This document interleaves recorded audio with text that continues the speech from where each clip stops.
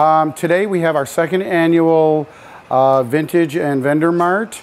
Many community vendors. This is the first event. We're doing one a month, all summer long, all the way into September. It's all community based, and most of it was free.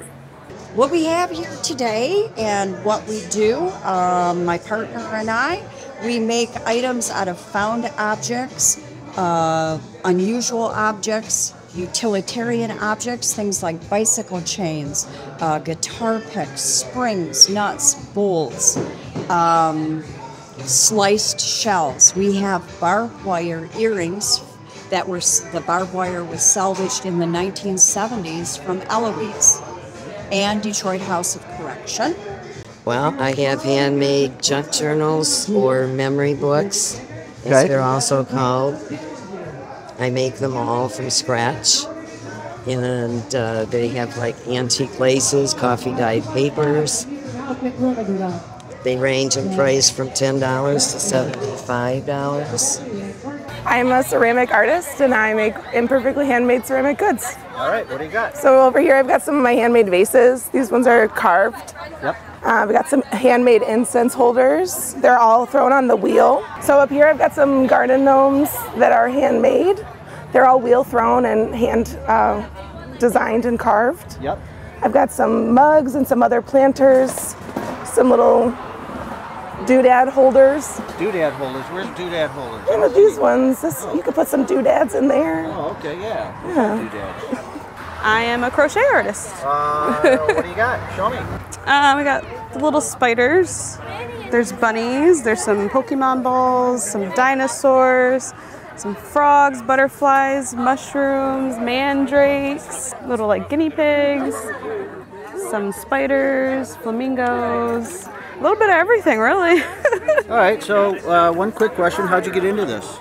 My sister-in-law started crocheting, so I went on YouTube and taught myself how to do it, and I've been hooked ever since. I do architectural drawings and graphic design of landmarks and all things around Michigan, all things around Detroit.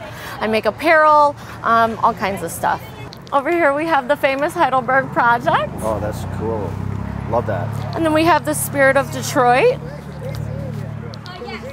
Very cool. And then inside the Spirit of Detroit here, we have the fist, Joe's fist. I got all kinds of places from all over Michigan and other places I've been in different states, all kinds of stuff. So this is resin, so these are gonna be jewelry trays, ashtrays, coasters, some kids coloring cups here. Yep. And then we got some magnet bottle openers, pop sockets, pins.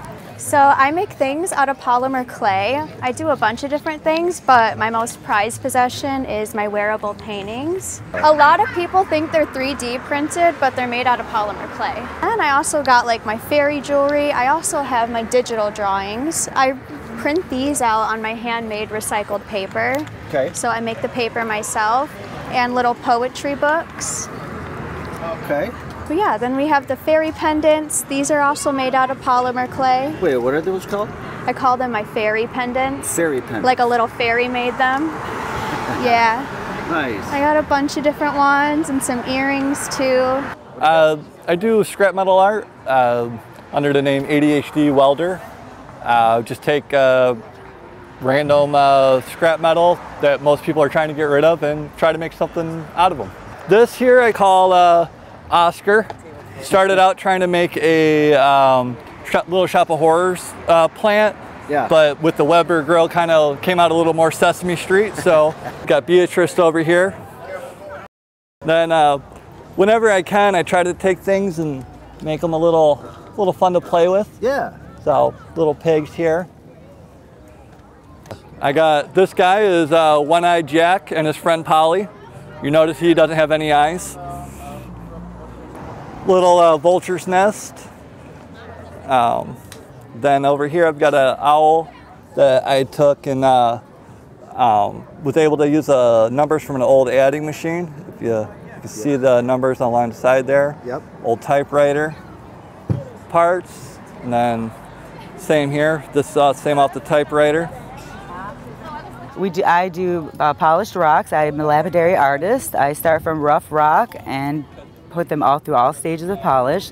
These are my favorite rock right now is the amethyst. These took a very long time and lots of patience. So I also do wire wrap jewelry, and I have some clips here and some card dangles and some beautiful wrapped jewelry bracelets here. And we have some keychains here with the rocks that I've tumbled. I put them in the keychains. Okay. We also have some pretty resin pieces here. We have this, and these are resin as well. About 2 years ago, my big brother gave me a bag of rocks that he found, his rock collection, and I invested into a couple of rock tumblers, and I started tumbling rocks, and a lot of these are a result of my big brother's rock collection. And it started a hobby for me for the last 2 years. And then it moved on to wrapping jewelry and wrapping rocks, and this is where I am now with my new hobby, thanks to my big brother. So I actually created everything on the table here by hand.